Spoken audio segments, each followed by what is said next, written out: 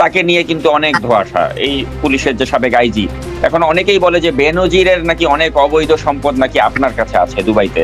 এটা বাংলাদেশের মানুষের কাছে একটা $1 মিলিয়ন কোয়েশ্চেন, যে আসলে আরাব খানের সাথে বেনজির আহমেদের কি সম্পর্ক। তো আজকে আমি চাই যে আপনি আমার দর্শকদের কাছে এই বিষয়টা ক্লিয়ার করুন যে আসলে বেনজির আহমেদের সাথে আপনার কি সম্পর্ক। মিলিয়ন ডলারের সম্পদ থাকা এটা তো খারাপ কিছু না, ভালো তো। আমি একটা কথা বলি, আপনাদের গণমাধ্যমের আপনার টিভি চ্যানেলে আমি দেখলাম বেনজির সাহেব সারা জীবন বৈশা 1,78,00,000 কামাইছে। আপনারাই বলছেন এই কথা, আপনারা বলছেন না? মালদ্বীপে কি শুরু হলো এটি এখন অবাক কাণ্ড। প্রেসিডেন্ট মুইজ্জির উপর ব্ল্যাক ম্যাজিক প্রয়োগ করা হয়েছে।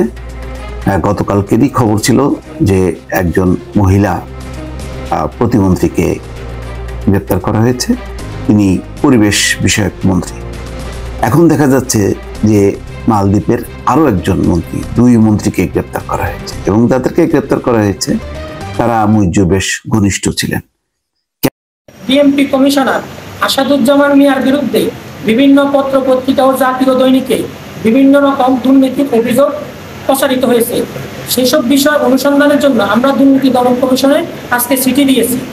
আমরা দুর্নীতি দমন কমিশনকে বলেছি, প্রথম আলো, মানব জমিন ও খবরের কাগজ সহ বিভিন্ন পত্রিকায় যে রিপোর্ট প্রকাশিত হয়েছে সেসব বিষয় অনুসন্ধানের উদ্যোগ গ্রহণ করে আমাদেরকে জানানোর জন্য। আমরা দুর্নীতি দমন কমিশনকে এটাও বলেছি, মাননীয় প্রধানমন্ত্রী দুর্নীতির বিরুদ্ধে 0 টলারেন্স নীতি অনুসরণ করেছে। সেখানে এই দুর্নীতি দমন কমিশন এখন পর্যন্ত আসাদুজ্জামান মিয়ার সম্পত্তি অনুসন্ধানের কোনো উদ্যোগ গ্রহণ করেন নাই। তাই যেহেতু দ্রুত অনুসন্ধানের উদ্যোগ গ্রহণ করে আমাদেরকে জানান। আসসালামু আলাইকুম প্রিয় দর্শক, ফাইনালি চলে আসলাম আপডেট ও গুরুত্বপূর্ণ কিছু নিউজ নিয়ে আপনাদের মাঝে। প্রিয় দর্শক, অবশ্যই ভিডিওটি শেষ অবধি দেখবেন। দর্শক, আপনাদের কাছে ছোট্ট একটি অনুরোধ, দেশ এবং দেশের বাইরে হলে কমেন্ট বক্সে লিখে জানিয়ে দেবেন, আর চ্যানেলে নতুন হলে সাবস্ক্রাইব করে পাশে থাকা বেল বাটনটি অবশ্যই অল করে দেবেন, কারণ পরবর্তী আপডেট নিউজ সবার আগে পাওয়ার জন্য প্রিয় দর্শক আর অবশ্যই একটি লাইক। ভালো তো।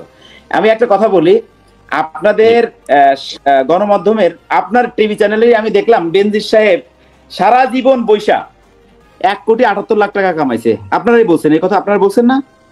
জি, সারা জীবন বসে 1,78,00,000 সে বেতন পাইছে। তো যদি সে সারা জীবন বসে 1,78,00,000 বেতন পায়, সে কিভাবে 200 বিঘা 300 বিঘা কিংবা দুবাইতে হোটেল কিনতে পারে, কিংবা 200 বিঘা জমি কিনতে পারে? এটাই তো আপনাদের প্রশ্ন ছিল গণমাধ্যমের কাছে, নাকি? জি। তো আমি আপনাকে ছোট্ট একটা কথা বলবো। এই আমরা যে টপিক নিয়ে কথা বলতেছি, আমি আপনার কথা ফিরে আসবো, বেয়াদবি নেবেন না। আমরা যে টপিকটা নিয়ে কথা বলতেছি ফিল্ম জগৎ নিয়ে, আমি একটু ফিল্ম জগৎ নিয়ে কথা বলি। বাংলাদেশের ফিল্ম, আপনি জানেন কোন সফল কোন ফিল্ম এখন নাই। রাজ্জাক শাবানার আমলে আমাদের একটা রূপালী পর্দা ছিল, সবাই ফিল্ম দেখতো। ওই সময় ফিল্মে প্রচুর পরিমাণ প্রফিট হইতো। আমাদের দেশে অনন্ত জলিলের মতো মানুষ ফিল্ম বানায় 20-30 কোটি টাকা খরচ করে। আসলে কি 20-30 কোটি টাকা দিয়ে ফিল্ম বানায়? আমাদের দেশে আপনি দেখবেন রাষ্ট্রপতির ছেলে, উনি একজন বিখ্যাত প্রযোজক। এই যে এটা আপনারা চ্যানেলে বলেন কিনা যে উনি একজন বিখ্যাত প্রযোজক? এটা আপনারা বলেন কিনা, জানেন কিনা? আপনি কি জানেন? রাষ্ট্রপতি, আমি তাকে জানি যতটুকু, আমি তাকে নিয়ে অনেকগুলো ভিডিও নাগরিক টিভিতে করেছি। আমি বিষয়টা অন্যভাবে দেখি, যে তিনি রাষ্ট্রপতির ছেলে, তার বাবা রাষ্ট্রপতি হওয়ার আগে তিনি নাটক প্রডিউস করতেন বা ছোটখাটো সিনেমা প্রডিউস করতেন, কিন্তু এখন তার বাবা প্রডিউস করেন। এইখানে জায়গায় আসেন, আমি আপনাদের চোখটা আরো খুলে দিই, কারণ এখানে আপনারা তো সাহস পান না, সবাই এই সাহসটা পায় না। একটা পুলিশ প্রধান যদি সারা জীবন বসে 1,78,00,000 বেতন পায়, তাহলে তার বাবা কি ছিলেন? রাষ্ট্রপতি কি ছিলেন? আপনার কাছে প্রশ্ন করছি, উনি কিসে চাকরি করতেন? সরকারি চাকরি করতেন। আমিও মনে করলাম উনি পুলিশ প্রধান ছিলেন না, উনিও একটা সাইডে একটা মানে দুদকে কিংবা কোনো একটা জায়গায় ছিলেন। উনিও 1,78,00,000 সারা জীবন বসে কামাইছে। হ্যাঁ, তাহলে তার ছেলে কিভাবে 10 কোটি টাকা দিয়ে ফিল্ম বানায়? আমাকে বলেন। তার খোঁজ তো আপনারা নিতে পারবেন না। তার খোঁজ আপনারা কেন নিচ্ছেন না? আপনারা যারা সাংবাদিক ভাইরা আছেন, একজন সেও না, অন্য কেউ নিয়েছে কিনা আমি জানি, আমি নিয়েছি। আশরাদ আদনানের অনেক দুর্নীতি আমি এই রাষ্ট্রপতি এখনো রিটায়ার করে নাই, বিধায় আপনাদের কোনো সাংবাদিকের সাহস নাই যে রাষ্ট্রপতির ছেলেকে নিয়ে আপনারা কথা বলবেন। এটা আপনাদের সাহস নাই। আমি একটা ভিডিও বানিয়েছি আশরাদ আদনানের বিরুদ্ধে, এবং আশরাদ আদনানের যত দুর্নীতি আমি প্রকাশ করেছি। এটা আপনি ভাই, আপনার সাথে আসার কারণটা কি? সবার সাথে তো আরাব খান যায় না। আরাফ খানকে প্রত্যেকটা চ্যানেল ফোন করে লাইভে যাওয়ার জন্য। আমি কারোর সাথে আমাকে আপনারা এমন ভাবে তৈরি করছেন, আমি নিজেই একটা চ্যানেল এখন। তো যাই হোক, আপনি একটা জিনিস দেখেন, তারা বুর্জ খলিফার মতো জায়গায় তারা প্রোমো দিতে যায়, যেখানে একটা ছবি টানাইতে 2-3 কোটি টাকা লাগে। কোথায় এই টাকাগুলো? তার বাপ সারা জীবন বসে 1,78,00,000 টাকা কামাইছে, ঠিক আছে, রাষ্ট্রপতি সাহেব। তার ছেলে কিভাবে কোটি কোটি টাকা দিয়ে ফিল্ম বানায় আমাকে বলেন। সেইগুলোর তো খোঁজ কেউ নেয় না। দুদক কোথায় এখন? দুদক কোথায়? রাষ্ট্রপতি নিজেই তো যখন দুদকে চাকরি করতেন তিনি তো ঘুষ ছাড়া কাজ করতেন না। তো ওই ঘুষখোর লোকটাই তো আজকে রাষ্ট্রপতির পদে বসে গেছেন। এখন তার ছেলে প্রিয়তমা ছবি বানাতে 3 কোটি টাকা খরচ করে। তো এই 3 কোটি টাকা তিনি কোথা থেকে পেলেন? তার বাবা রাষ্ট্রপতি হওয়ার আগে তো তিনি 1 কোটি টাকা বাজেটেও তো ছবি বানাতে পারতেন না। এখন বাবা রাষ্ট্রপতি হওয়ার পরে 3 কোটি টাকা ছবি করে। তুফান ফিল্মের আমি এটা শুনতেছি, এটার অ্যাডভার্টাইজমেন্ট নেই নাকি 5 কোটি টাকা খরচ করছে। কোথায় এই টাকাগুলো কোথা থেকে আসে? আপনারা যে কথা বলেন, আমি এটা বলবো যে আমাদের গোড়ায় গন্ডগোল।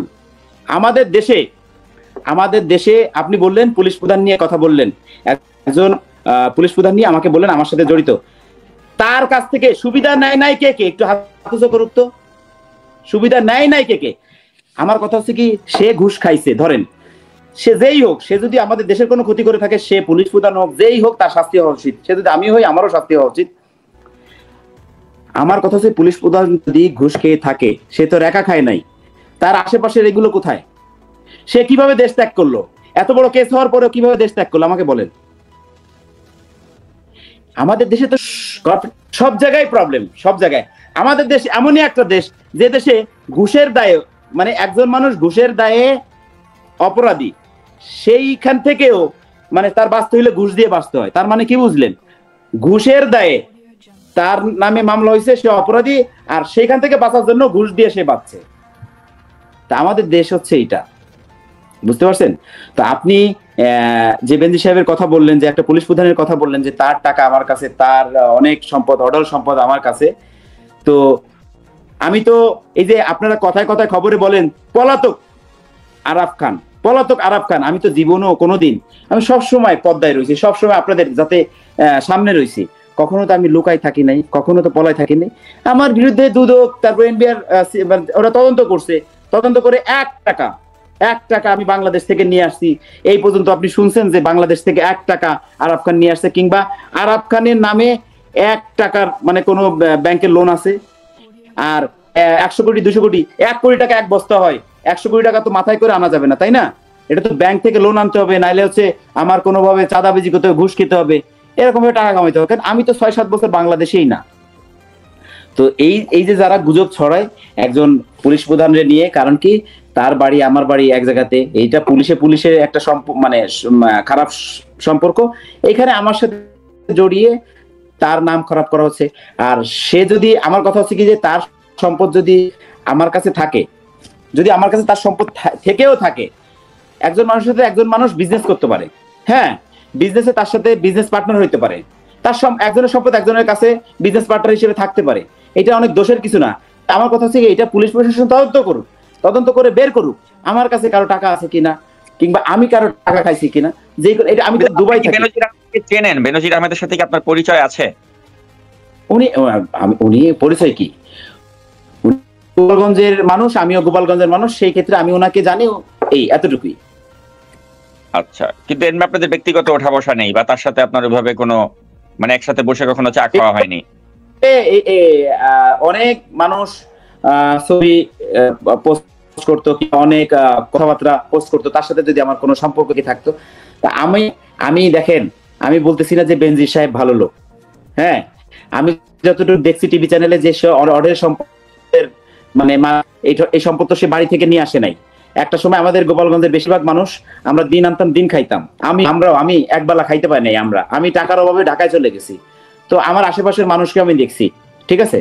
তো এত সম্পদ যেহেতু কামাইছে, অবশ্যই সে দুর্নীতি করছে, দুর্নীতি করলে তার শাস্তি হোক। কিন্তু আমার কথা হচ্ছে কি, এই দুর্নীতির সাথে আরো রাঘব বল যারা আছে, বড় বড় রাঘব বল যারা আছে, তাদেরকেও টেনে বের করা হোক।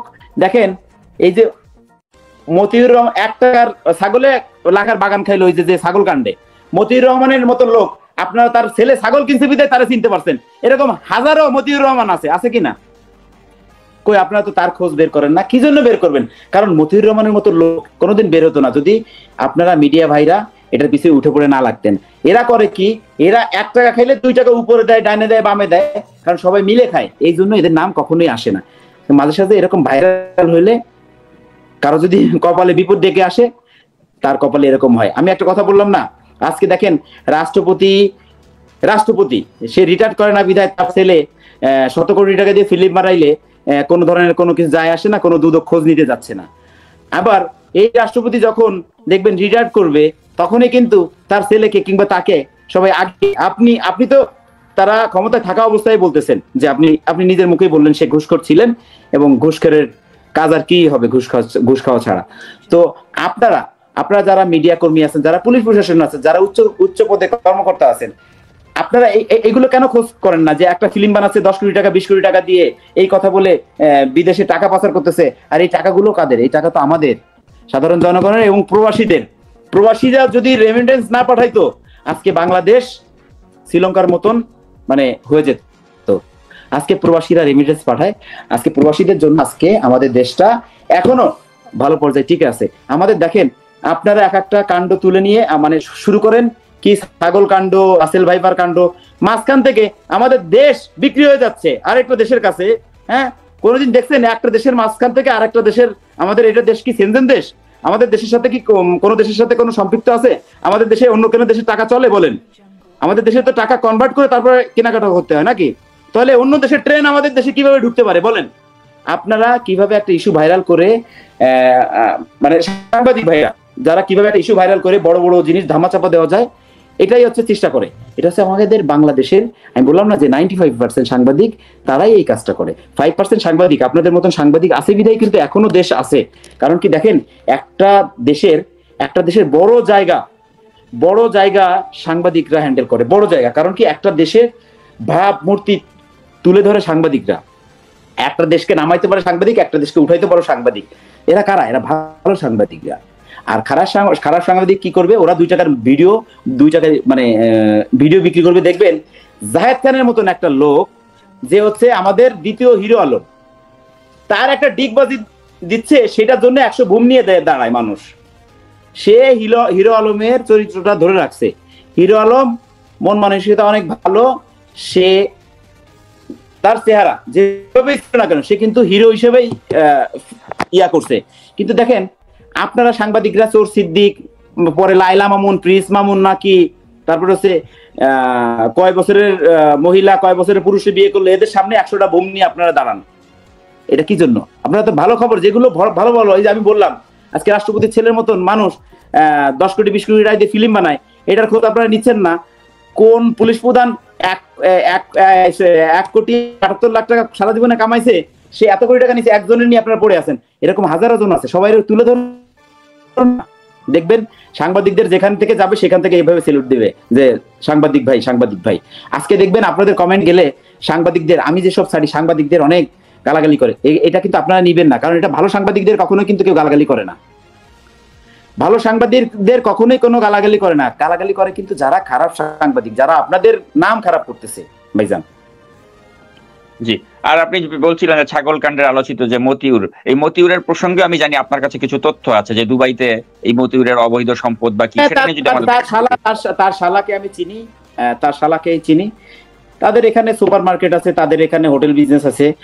মতিউর আমার একদম আনুমানিক ধারণা প্রায় 1 থেকে 150 কোটি টাকা সম্পত্তি এখানে তার শালার নামে আছে। তার শালাকে আমি চিনি, ব্যক্তিগতভাবে চিনি। তার শালা আমার এখানে আসছে, মাঝে একটা বিপদ নিয়ে আসছে। তো এইখানে দেখেন একজন মতিউর রহমানের মতন একজন লোক, সে বেতন পায় হচ্ছে 80,000 টাকা, 80 থেকে 90,000 টাকার বেতন পায়। সে দুবাইয়ের মতো জায়গায় 1 থেকে 150 কোটি টাকা ইনভেস্ট করে। 100 থেকে 150 কোটি টাকা ইনভেস্ট করতে পারে। তাহলে আপনারা এটা বুঝুন যে এরকম হাজারো মতিউর রহমান আছে। এইটা ব্যতিক্রম, পৃথিবীতে এরকম ঘটনা কোনো প্রেসিডেন্টের উপর প্রয়োগ করা এবং তার ক্যাবিনেটের কেউ, এটা খুবই অবাক কাণ্ড। কিন্তু ঘটনা তো ঘটেছে এবং সেই কারণে 2 জন মন্ত্রীকে গ্রেপ্তার করা হয়েছে। এখানে পেছনে কোনো আন্তর্জাতিক ষড়যন্ত্র আছে কিনা এটা এখনো পরিষ্কার হয়নি। তবে নিশ্চয়ই গুরুতরভাবে এটা তদন্ত চলছে, কারণ মুইজ্জু বেশ চ্যালেঞ্জ নিয়ে এবার প্রেসিডেন্ট হয়েছেন। সবচেয়ে বড় চ্যালেঞ্জ ছিল ভারতের আধিপত্যটা ক্ষুণ্ণ করা এবং চীনের সাথে সম্পর্ক স্থাপন করা। তো ভারতের এখন যেই শাসক গোষ্ঠী নরেন্দ্র মোদী খুবই মানে ক্রুয়েল বলা যায়, কেননা সেই কানাডার ঘটনা, আমেরিকার ঘটনা, বিচ্ছিন্নতাবাদী নেতাদেরকে সেই হত্যাকাণ্ডের সঙ্গে ভারতের জড়িত আছে, ভারতের গোয়েন্দা সংস্থা এমন অভিযোগ নিয়ে কানাডার সাথে সম্পর্ক ক্ষুণ্ণ হয়েছে। মার্কিন যুক্তরাষ্ট্রও একই কার্যক্রম গ্রহণ করেছে, যদিও মার্কিন যুক্তরাষ্ট্রের সাথে এই নিয়ে প্রকাশ্যে কোনো বিরোধে আসেনি। তো এই কারণেই মালদ্বীপের প্রেসিডেন্ট মুইজ্জু, ছোট্ট একটা দ্বীপ রাষ্ট্র, ভারতকে চ্যালেঞ্জ করে টিকে থাকাটা তার জন্য যথেষ্ট কঠিন। এখন এটা পেছনে অন্য কোনো আন্তর্জাতিক ষড়যন্ত্র আছে কিনা পরিষ্কার না। এখন আপাতত যেটা হচ্ছে যে আভ্যন্তরীণভাবে যারা জড়িত তাদেরকে গ্রেপ্তার করা হচ্ছে। মালদ্বীপের প্রেসিডেন্ট মোহাম্মদ মুইজ্জুর উপর কালো জাদু করার অভিযোগে পুলিশ সে দেশে 2 কর্মরত মন্ত্রীকে গ্রেপ্তার করেছে। গুরুতর অভিযোগে গ্রেপ্তার মালদ্বীপের পরিবেশ প্রতিমন্ত্রী শামনাজ সেলিম ও তার প্রাক্তন স্বামী অ্যাডাম রমিজ। রমিজ ছিলেন মালদ্বীপের প্রেসিডেন্টের কার্যালয়ের মন্ত্রী পদে। এছাড়াও এই ঘটনার সঙ্গে যুক্ত সন্দেহে আরও 2 ব্যক্তিকে গ্রেপ্তার করেছে মালদ্বীপ পুলিশ। মুইজ্জুর উপর কালো জাদু করার চেষ্টার ঘটনাটি প্রথমবার সামনে আসে গত 23শে জুন। ঘটনাটি প্রকাশ্যে আসার পর 4 অভিযুক্তকে 7 দিনের জেল হাজতে পাঠানো হয়। এরপর বুধবার শামনাজকে পরিবেশ মন্ত্রণালয়ের প্রতিমন্ত্রী পদ থেকে বরখাস্ত করা হয়। ঘটনা প্রসঙ্গে মালদ্বীপ পুলিশের প্রধান মুখপাত্র অ্যাসিস্ট্যান্ট কমিশনার আহমেদ শিফান বলেন, ঘটনার তদন্ত চলছে। আশ্চর্যের বিষয় হলো মুইজ্জুর সঙ্গে শামনাজ এবং রমিজ দুজনেরই দীর্ঘদিন ধরে মুইজ্জুর সুসম্পর্ক ছিল। মুইজ্জু যখন মালের মেয়র ছিলেন সেই সময় সিটি কাউন্সিলের সদস্য ছিলেন দুজনই। মালদ্বীপ সংবাদ মাধ্যম জানিয়েছে, গত বছরের নভেম্বরে প্রেসিডেন্ট হিসেবে দায়িত্ব গ্রহণ করার পর শামনাজকে প্রথমে প্রেসিডেন্টের সহকারী বাসভবনের প্রতিমন্ত্রী হিসেবে নিযুক্ত করা হয়েছিল।